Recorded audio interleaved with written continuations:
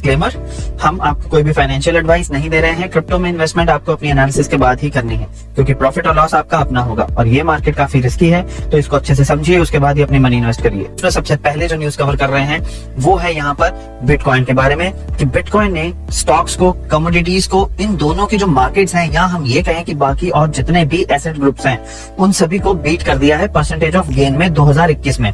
तो अब बिटकॉइन 2021 का बेस्ट परफॉर्मिंग एसेट जो है वो बन चुका है। बिटकॉइन ने करीब 50% की जो गेन है वो देखी है 2021 में। अगर एग्जैक्ट फिगर की बात करी जाए तो 49.1 है, मतलब कि 49.1% जो है वो बिटकॉइन ने 2021 से अब तक की गेन जो है वो दिखाई है। अगर बात करें कमोडिटीज की तो वो 36.7 पे है, और अगर यूएस के माइक्रो कैप की बात करें तो 32.4 पे चल रहे हैं।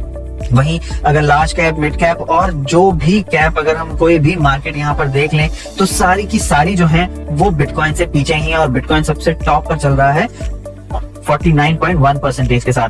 तो ये अब यहाँ पर एक अगर हम बात करें कि जो बिजनेस क्लास है या जो इंस्टीट्यूशनल इन्वेस्टर्स हैं, वो अब इस चीज को देख रहे हैं कि भाई कौन सी बेस्ट परफॉर्मिंग एसेट है और उनको किस में बेनिफिट होने वाला है, वो अपना पैसा किधर लगाएं कि उनको सबसे ज्यादा मुनाफा हो। तो ये वो चीज है जो वो देखते हैं। अब यहाँ पर बिटकॉइन इस लेवल पे सबसे ऊपर चल रहा है, इस वजह से काफी सारे इंस्टीट्यूशंस जो हैं वो अब बिटकॉइन में अपना पैसा लगा रहे हैं। तो इसी वजह से दूसरी न्यूज जो हम यहाँ पर कवर कर रहे हैं उसी से रिलेटेड है।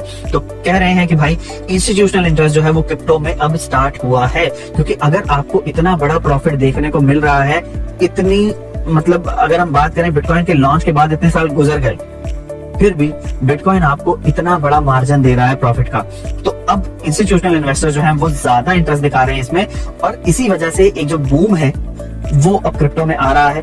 अगर आप प्राइस को देखेंगे तो 49 से क्रॉस करके 50,000 को टच कर रहा है बार बार, और 50,000 से ऊपर जाने की कोशिश जो है वो लगातार बनी हुई है। 50,000 का जो बैरियर है 50-51 वाला, उसको तोड़ने की लगातार कोशिश की जा रही है।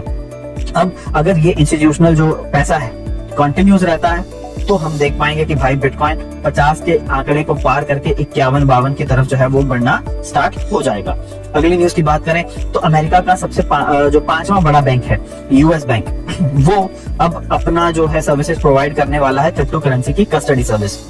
अब कस्टडी सर्विस होती क्या है? कस्टडी सर्विस होती है कि भाई आपके पास अगर कोई बिटकॉइन पड़ा है या क्रिप्टो करेंसी पड़ी है जिसकी भी कस्टडी सर्विस, यहाँ पर अगर बात करें तो वो बिटकॉइन, बिटकॉइन कैश और लाइटकॉइन की अभी फिलहाल उन्होंने ये सर्विस जो है वो शुरू करी है। तो अगर किसी के पास इन तीनों करेंसीज में से कोई भी एक जो डिजिटल एसेट है उनके पास अगर है तो वो कस्टडी सर्विस बैंक की यूज कर सकते हैं। अब बैंक की कस्टडी सर्विस क्या है कि वो अपना बिटकॉइन या अपना कोई भी और जो भी क्रिप्टो एसेट है उसको उनके पास सेव कर सकते हैं, वो सिक्योर रहेगा वहां पर।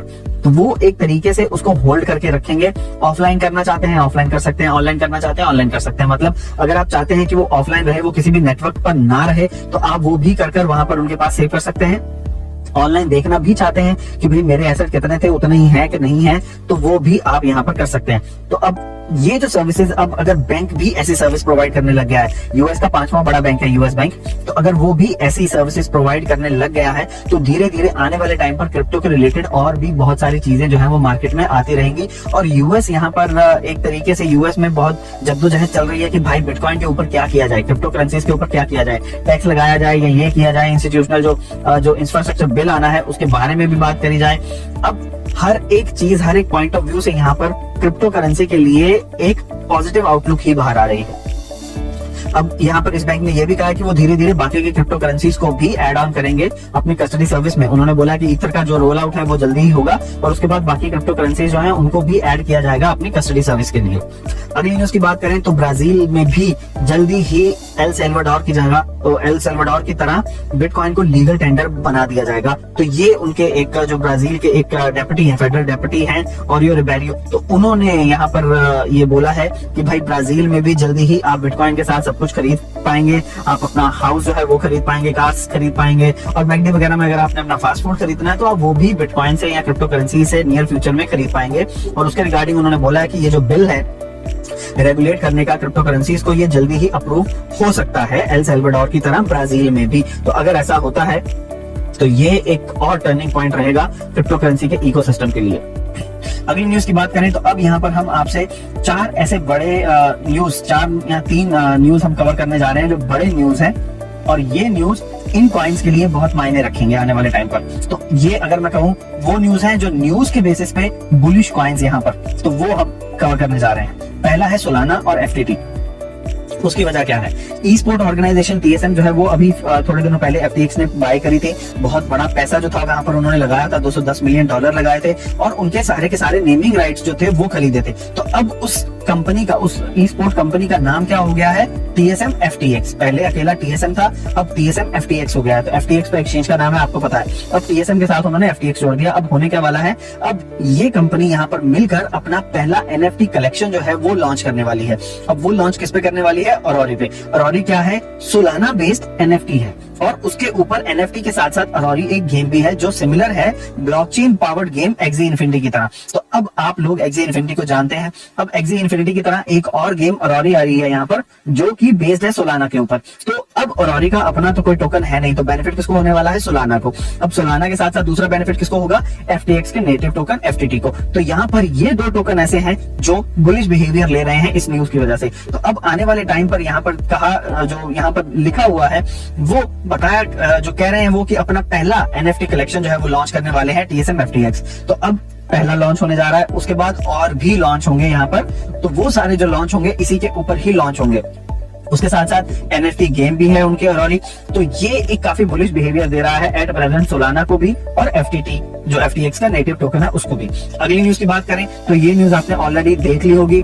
जो पुराना वीडियो आपने जो इवनिंग में कवर किया था कल, उसमें ये न्यूज कवर करी गई थी कि एक्सआरपी जो होल्डर्स हैं उनको एसईसी ने बोला है कि आप डायरेक्ट नहीं आ सकते हैं, आपको एक जो पाथवे है वो फॉलो करना है, तभी आप यहाँ पर कोर्ट में आके बैठ सकते हैं। अब ये एक न्यूज जो नेगेटिव आउटलुक दे रही थी एक्सआरपी को, तो इसकी वजह से एक थोड़ा सा जो हॉल्ट था वो एक्सआरपी की सिचुएशन में आया। लेकिन उसी के बाद एक और बड़ी न्यूज जो यहाँ पर एक्सआरपी के रिलेटेड आ रही है वो ये है, कतर का जो नेशनल बैंक है, कतरी नेशनल बैंक, उन्होंने रिपल के नेटवर्क को अपने क्रॉस बॉर्डर पेमेंट सोल्यूशंस के लिए यहाँ पर यूज करने के लिए उनके साथ टाई अप कर लिया है। अब ये एक बड़ी न्यूज क्यों है? क्योंकि कतर का नेशनल बैंक यहाँ पर रिपल के जो नेटवर्क है उसको यूज कर रहा है। हमने पीछे आपसे एक न्यूज कवर करी थी कि रिपल ने $100 मिलियन और अपने जो ओटीटी जो उनका नेटवर्क है on demand, sorry ODL, on demand liquidation वाला जो उनका फ्रेमवर्क है उसमें $100 मिलियन और उन्होंने ऐड करे हैं, सो दैट कि वो ज्यादा पार्टनरशिप कर सके और ज्यादा से ज्यादा जो ये पेमेंट सिस्टम्स हैं उनकी लिक्विडिटी प्रोवाइड कर सकें। तो अब आप देख रहे हैं उस न्यूज का यहाँ पर इम्पैक्ट देख रहे हैं कि भाई कतर के साथ उनके यहाँ पर पार्टनरशिप हो रही है और कतर जो है वो अब अपना जो एक तरीके से जो उसका जो एक मैं कहूँ कि कौन से चैनल के ऊपर है, तो कतर और टर्की के बीच में यहाँ पर वो चैनल की बात कर रहे हैं कि भाई वो टर्की और कतर इन दोनों कंट्रीज के बीच में जो कैश मूवमेंट होगा उसमें